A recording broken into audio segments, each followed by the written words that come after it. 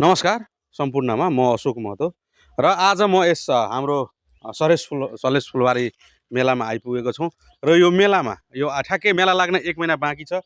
यो 1 महिना अगावै हामी आज आउनुको रिजन के हो भन्दाखेरि 1 महिनापछि यहाँ त यसो अहिले जुन पछाडि हेरिराख्नु भएको छ फेरि यसो त पाउनुहुन्न र यहाँको केही हामीले थाहा पाए अनुकूलमा केही तिथिमिथिहरू बेतिथिहरू किसिमको देखियो।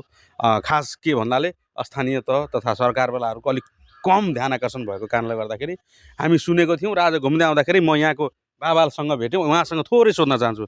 बाबा नमस्कार सब। हाँ नमस्कार। अपने के शुभ परिचय? कमलदेव सिंह ई जितेंद्र धामी हमारा भतीजा लगते ई काका के बेटा ई किशोर धामी। अपने सब मतलब ये जना ई जे ई मंदिर के पुजारी भेलिए अपने सब जी।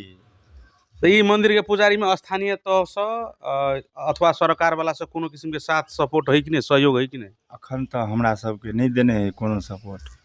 मतलब हमरे सब साल भर एक पूजा अर्चना करै छियै, तकर बाद ई मंदिर के लगानी जे लगे छै से अपने पूजगरिए दै छी। पूजगरिए? हाँ, तो ताहि दुआरे तो अहाँ के वार्डो नहीं कोनो हस्तक्षेप केने छै एखन, आ ने नगर पालिका।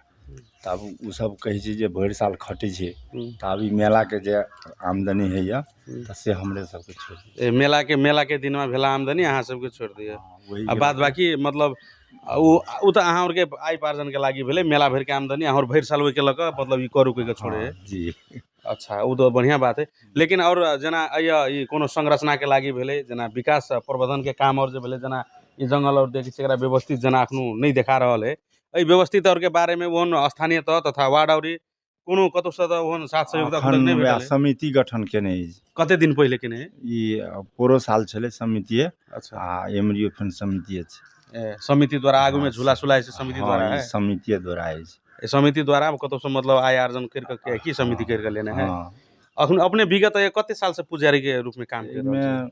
अखन त अब उ त गारंटी नहीं कथि कहि न सकबे। पहला त कते न कते पुस्ता भ गेल छै। अपने ही सबके पूजा कर रहल छै। जहिया से अब बाबा पर बाबा ई सब पूजा करते करते मर गेल, तब ओकरे छुआ पुआ छी हम सब। बाबे पर बाबे के मतलब छुआ पुआ में अहाँ सब अखन तक एकरा संगाएर के रखने छी। सुन्दै हुनुहुन्छ बाबासँग म छोटो मिठो कुरा गरे। अब पुर्खौं बितिसकेको छ यो मन्दिरलाई संरक्षण गरेर उहाँहरुको, तर उहाँहरु त मन्दिर संरक्षण गरेर हामी त अहिले मन्दिर भनेर प्रचार गर्न आएको छौं। तर उहाँहरुको वास्तविकता के होला, घराइसी के होला, त्यो त हामी उहाँको घरसम्म पुग्न सकेनौं। हो, यो भिडियो म यसै कारणले बनाएको हो। उहाँहरुको पुस्तौं पुस्ता बिताइदिनु भयो यो मन्दिरमा, तर उहाँ यो मन्दिरबाट पाउने के हो?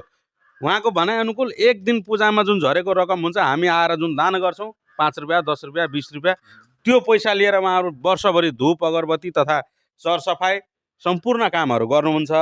बाद बाकी जुन पर्यटकीय यहाँ लोभ्याउनको लागि जस्तै पूर्जा पनि काटिदो रहेछ पिकनिकमा। बाबा पिकनिक में पूर्जा काटे ओकर केना है? अहाँ के में कोनो समिति सबके जिम्मा पूर्जा काटला समिति के जिम्मा है। पूर्जा अनुदान दै छी से अनुदान पूर्जा जमा वो समिति जना का चलौते ओकरा चलौते जने। हां यहाँ से अहाँ सबके सिर्फ मंदिर में का झरला अहाँ सबके भेले। हां मंदिर के मात्र। धन्यवाद जानकारी के लागि।